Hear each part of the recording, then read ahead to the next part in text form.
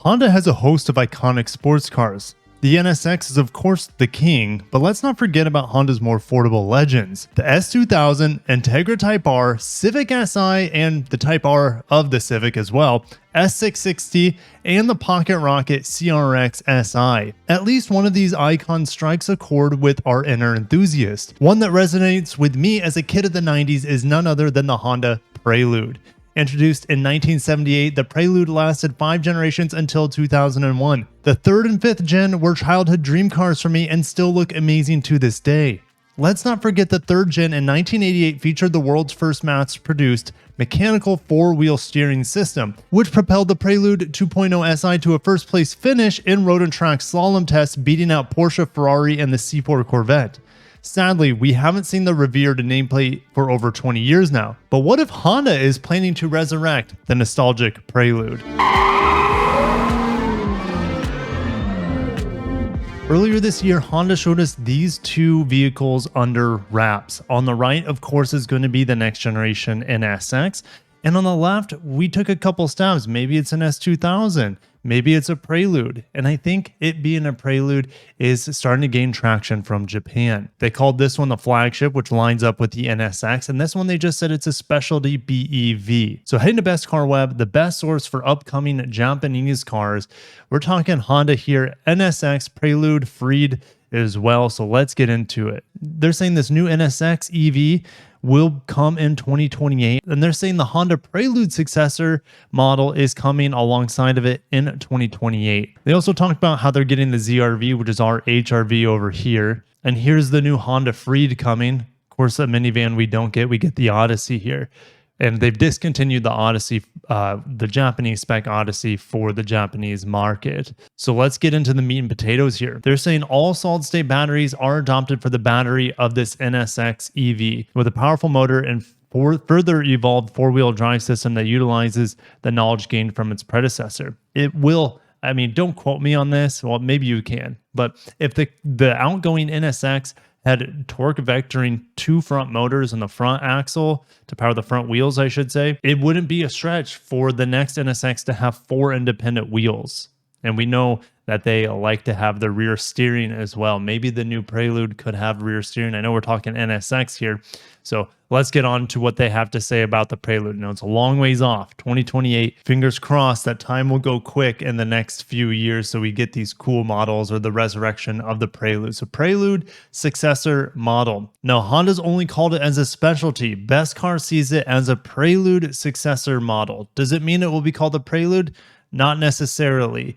And this will surely be rear-wheel drive, which the Prelude's always been front-wheel drive. This would not have solid-state batteries in 2028. It would be far too expensive. The NSX can definitely shoulder that with that huge price tag. If they can come in with an affordable Prelude with around 250 to 300 electric horsepower, the range doesn't need to be crazy because we want to keep that weight light. So if we have a fast-charging battery that's 250 miles of range to 300, I mean, this thing will be aerodynamic. That 3rd gen was one of the most aerodynamic cars for its time. And battery technology and other technology will continue to progress massively by 2028. What would you like to see in a next generation Prelude and NSX? NSX is definitely not approachable for the average consumer, but the Prelude always was a very affordable coupe sports car that had incredible performance for its time and era. So we're just going to refresh about Honda's EV strategy, and then we're going to talk about the sales,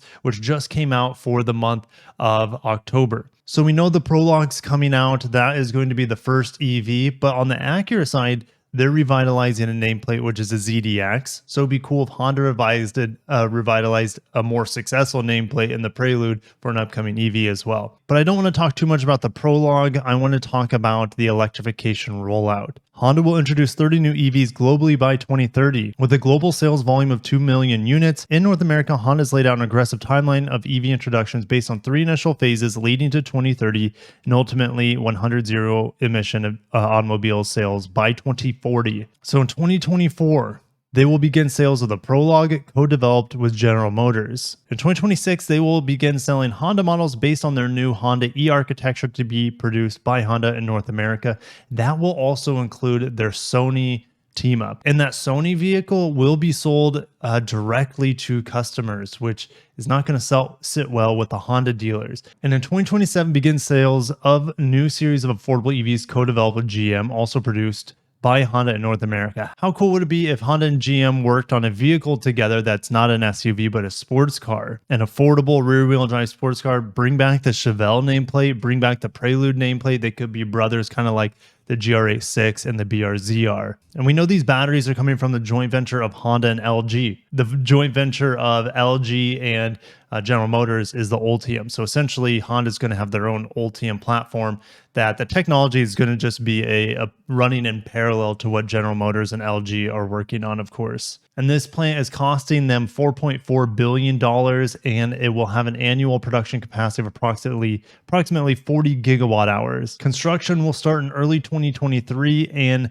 batteries will start rolling off in 2025. So plenty of time for that upcoming specialty EV that we're calling the Prelude. And we'll also have plenty of batteries in time for the E-architecture to roll off in 2026. But how is Honda doing right now? We're going to step away from EV, stepping away from the revival of hopefully the Prelude.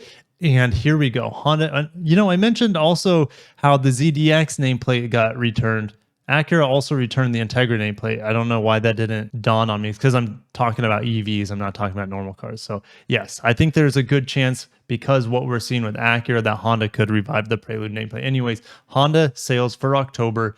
Let's see if there's any relief for Honda. Honda's been hurt the most, arguably, out of the manufacturers in North America. I think Nissan's not doing that great either in terms of production versus last year. So let's read into it. Honda October sales top 81,000 units, best monthly performance since April, despite ongoing supply and transportation issues. Acura sales top 9,000 units for the best month since April as well, and passenger cars top 3,500 units for the first time in 2022. Integra tops 2,500 units for the best month since launch. MDX tops Acura sales, which it traditionally has done. The all-new CR-V is beginning to hit dealers, helping top 20,000 units in October. All-new HR-V sales remain strong, topping 7,500 units. Accord Hybrid posts best ever October with over 3,300 units. And speaking of Accord, definitely stay tuned. We should get a reveal by the end of this year for that new Honda Accord, as well as the Pilots. It's just a lot of new products coming out in the past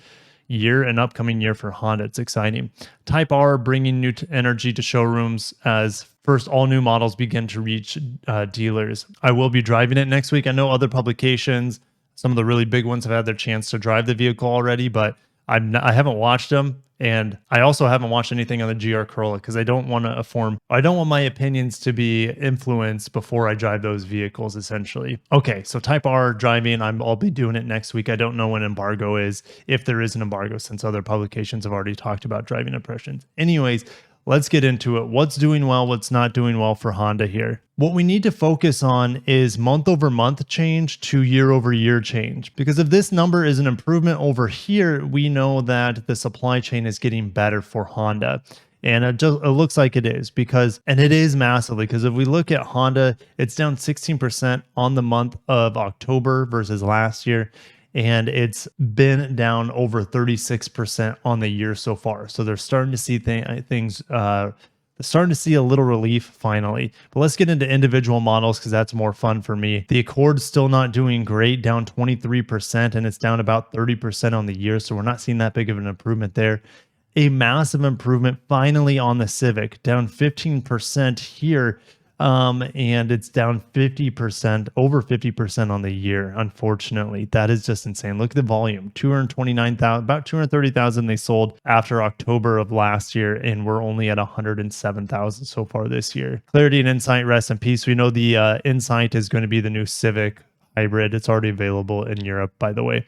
New CR-V, well, I should say CR-V, down 19% on the month, down 37% on the year. So we're starting to see some relief there for the CR-V finally. That's their volume seller, even more so than the Civic traditionally. HR-V down 35% on the month, and it's down 14% on the year because they switched to the new model, which shares a lot with the new Civic, and the Civic's getting spanked so far this year, right? So the HR-V will continue to get better. It's just unfortunate that they're used to selling 5 digits per month with the last generation, and now it's not looking good, but it'll get better for the HRV over time, like all of these. Odyssey, for some reason, they're able to crank out Odyssey numbers right now. That's good to see. So Odyssey relief is there. It's up 80% versus last year, and it's down 50% on the year. So Odyssey is back, seemingly close to full force here. Passport only down about 3% on the month, and down 25% on the year. So relief there for the Passport and the Pilot as well, down 6-7% on the month and down 33% on the year. So Pilot getting there as well. Ridgeline seemingly unaffected by what's going on. Up 18% on the month and up 6% on the year. But let's go to Acura. Acura's been getting spanked so far this year with crimped production, crimped availability of parts. ILX, rest in peace. Integra has sold 8,600 units so far this year, but we have nothing to compare that to. NSX, rest in peace as well. And RLX, they sold 3 last year, of course, none this year. TLX, my heart is still bleeding for the TLX, down about 60% on the year.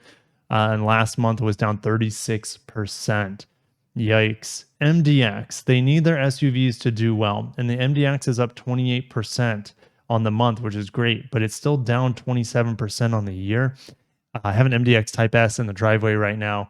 Thing is awesome. Obviously, if you watch my initial impressions on it, my impressions really haven't changed. Now I'm just able to throw my kids in it, and it's great. It's a great SUV. It's my favorite Acura, by the way. I prefer the MDX over any other. As I should. It's the most expensive. That's not like a supercar, right? Anyways, RDX. This should be a massive volume seller for them. Down 70% on the month.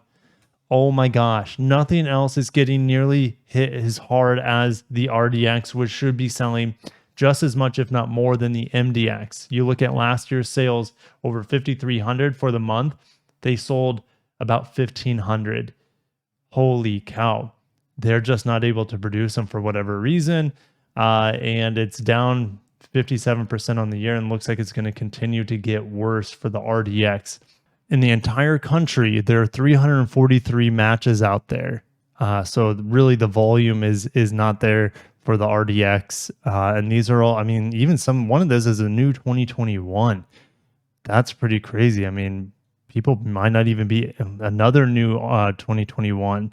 That is quite crazy. They haven't sold 2021 models. So maybe the desire for the RDX isn't quite there, which is unfortunate because it's such a hot segment in the entire automotive landscape. Would you want a Honda Prelude even if it was battery electric? We really don't have a choice at this point in time because Honda is seemingly going fully electric by 2040, and heck, by 2030, half of their lineup probably in the United States will be fully electric by then. Just kind of hard to imagine, as they are the premier engine maker in the world. 300 horsepower, 300 miles of range for $30,000. We can dream, but that would be a great Prelude. And give it 4-wheel steering. That'd be cool. Give it give it true torque vectoring with individual motors in the rear. That would be pretty badass as well. I'm going to end it there. I could dream all day about a ideal Prelude EV, but it's yeah, that's all we can do at this point in time. But Honda's teased something, and we know this something will come underneath those drapes. So will they call it a Prelude? Will they call it an S2000? Have a great day, guys. Thank you so much for watching. If you enjoyed it, hit the like button, subscribe for more Honda news, and definitely you don't want to miss out on my Civic Type R driving impressions and maybe Pilot by the end of the year. I haven't heard much on the media end about a Pilot event, but I'm almost positive it'll be coming up. Also with the new Accord, definitely stay tuned because I'll give you guys the deets when I get it. Have a great day. Take care of yourselves and peace. Some people buy a sports car to take off, and some to show off. But at Honda, we made a sports car for grown-ups. Introducing the Honda Prelude. With front-wheel drive and advanced 4-wheel independent suspension, it's one of our most nimble Hondas. And it's full of those wonderful innovations you've come to expect from us. The Honda Prelude, a sports car for grown-ups.